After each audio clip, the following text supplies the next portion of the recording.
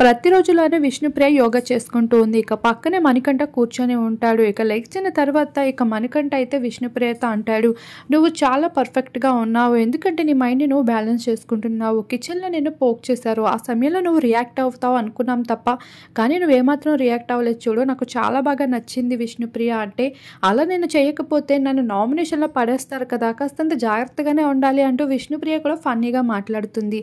ఇకపోతే ప్రేరణ హౌస్‌లో వాళ్ళందరికీ చాలా హెల్ప్ చేస్తూ ఉంది. ఇక నైనికకి కూడా అలానే తన హెయిర్ స్టైల్‌కి కాస్తంత హెల్ప్ చేస్తూ కనిపించింది.